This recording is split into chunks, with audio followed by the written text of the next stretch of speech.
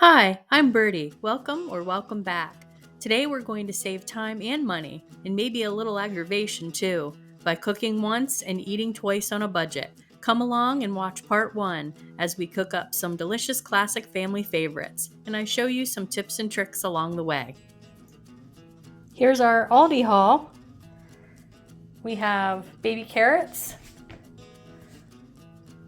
spring onions, celery, bananas, breakfast sausage links, hot dogs, ground beef, split chicken breasts, some lentils,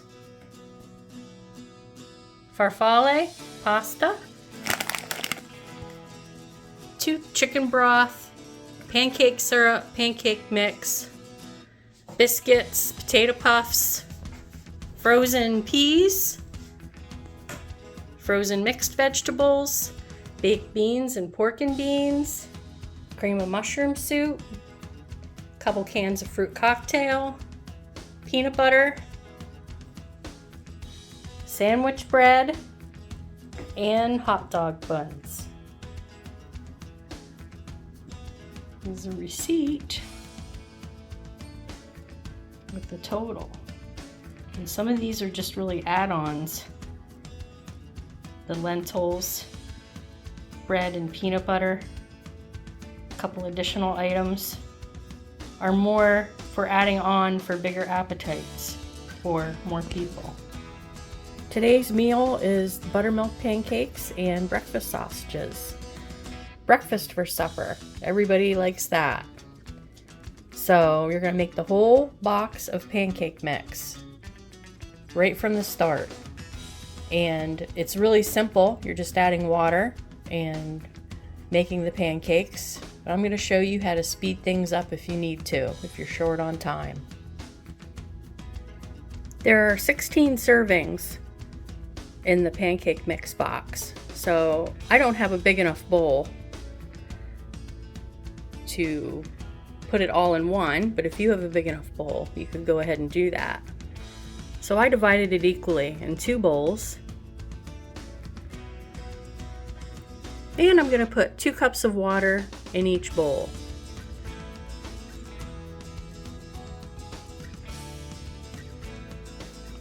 You need to preheat your griddle to 375 and grease it or spray it with nonstick spray. We're going to follow the directions on the box and use a 1/4 scoop to measure out our pancakes.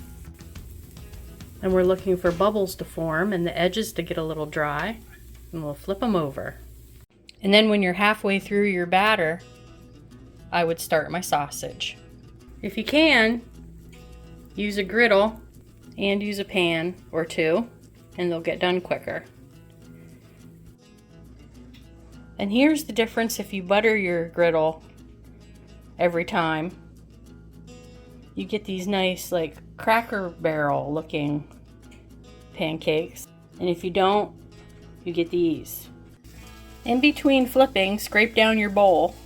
That can be the difference between somebody getting a pancake and not getting another one. In this Aldi package of breakfast sausage links, there were only 14.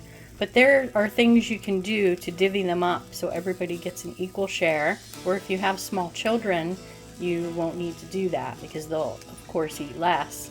You could cut them into rounds and add them to syrup and distribute them like that. Or just cut them in half or thirds. And this is what we got out of the box of pancake mix. We're going to have syrup and sausages. I promised to show you how to beef things up a little bit for the meal if you have more kids, older kids, or you just have heartier appetites. And for the pancake sausage supper, you could do bananas, sliced bananas and peanut butter. That would be more filling. So making them this size, I don't know if they're the 4-inch across like it suggests, maybe 3, but I used the quarter cup, and got 52 pancakes. Breakfast for supper. I took a little peanut butter just to illustrate. Banana, sausages, 6 little pancakes. It's a decent sized serving. And Pappies. To store your pancakes for next time, there are a couple of methods you could use. You could take a 9x13 Tupperware container and layer them after completely cool between parchment. This was in the dollar section of Dollar General. Very handy, especially for cookie baking time. Here is an example of both ways. Container, and I just cover it with another piece and put the lid on. You can just slide these onto a sheet pan or stack them up once they're thawed. I'd get them out the day before, or you can do a freezer bag method. This way you'll have the container. If you bake cookies, you probably have some kind of storage container handy, so you can just reuse that. To reheat, you want to put them on a sheet pan in a 350-degree oven and wrap them tightly with foil. You can just slide however many pancakes you need on the sheet pan or 2 sheet pans and add your sausages in too. If you have limited freezer space, you may want to go the Ziploc bag route. That way you can fit a few bags in where they'll fit. If you have your favorite way of freezing things, then use that method. Today I'm making classic tater tot casserole. Simple ingredients, and the organic ground beef at Aldi was less expensive than the regular ground beef, and this is 85%, I believe. 85-15, yes, right there it is.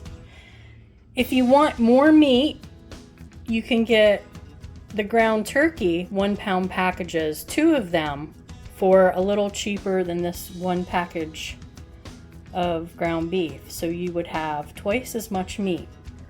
Also, I got some lentils. You can cook them up and add a couple cups to your ground beef. It blends in to casseroles like this, even better in things like tacos and sloppy joes that have a spicy sauce. You can't tell hardly at all, if at all. So that's another option for you if you prefer ground beef over the turkey. If you want to stretch ground meat dishes, just get a pack of lentils like this, pick through them like you would for beans and rinse them really well, and then cook according to the package instructions. Lentils cook quicker. You don't have to soak like other dried beans. And then add 2 cups into any ground beef recipe, especially like taco or sloppy joe. It mashes right into the meat and it just adds filling and nutrition. And it's really good. I've done it before just to eat less meat. So just cook them up, and then you can freeze what's left in 2-cup packages for additions in the future. And we have whatever kind of onion you want to use in your pantry. And I did get some spring onions, so I'm going to cut them up. They were much cheaper option at Aldi than the regular onions that they had and how they had them packaged. Cream of mushroom soup, the tater tots of course, and I chose mixed vegetables to mix into the casserole. And I have all of these spring onions to use in our recipes. These are the onions I'm going to use for the tater tot casseroles, and then I reserve the tops for a recipe later. I'm going to divide this into 2 casseroles, one for now, one for later. So I have 2 out. I'm going to spray them. You can also use a foil pan for your one you're going to freeze, or you could just put heavy duty foil down in this casserole dish, fill it, and then put more on top stick it in the freezer, and when it's frozen, pop out the foil and your casserole's safe in there. And then when you need to heat it back up, just pop it back into the same casserole dish. And that way you can use your casserole dish in the meantime. There was plenty of celery in that stock I got for other things, so I'm going to add some of that to the casserole too. And it'll help bulk it up with some added fiber and nutrition. It'll just take on the flavors of the casserole. We're going to add our frozen mixed veg in here. They're going to release some water, so you won't have to add much liquid, if any, when you add your cream of mushroom soup. And we have our cream of mushroom in there. And here it is all stirred together. We're going to divide it evenly into each casserole dish. And here's what they look like. And there are the casseroles.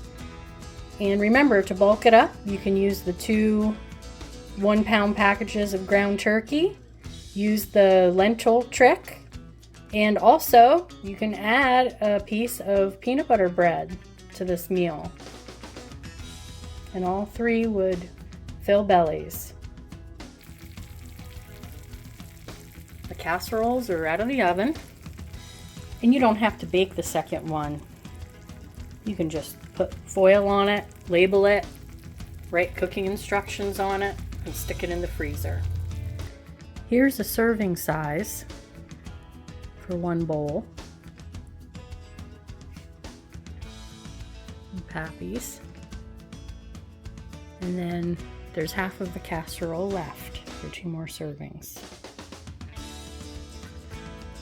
The original casserole calls for cheese on top. You can add that if you want to. I just didn't feel it needed it because of the richness of the ground beef soup and tater tots. But if you have it, you can sprinkle it on. Last 10 minutes or so of baking. Just gonna let this cool, and then we're gonna have it later in the week, so just going to store it in the refrigerator. And I also get these from Dollar General in the $1 section to cover things like this. They work out great, and then you can just slide them right into the oven and you have some protection. Of course, I'll take the foil off to crisp up the tater tots then. If you decide not to use the lentils, you can also use the lentils as a bonus meal. So you have most of the ingredients for the soup listed here on the back of the package. Be sure to come back and see part 2 of our Eat One and Freeze One meal for under $50. We have 2 delicious chicken meals and a bit of a different way to serve hot dogs. See you next time.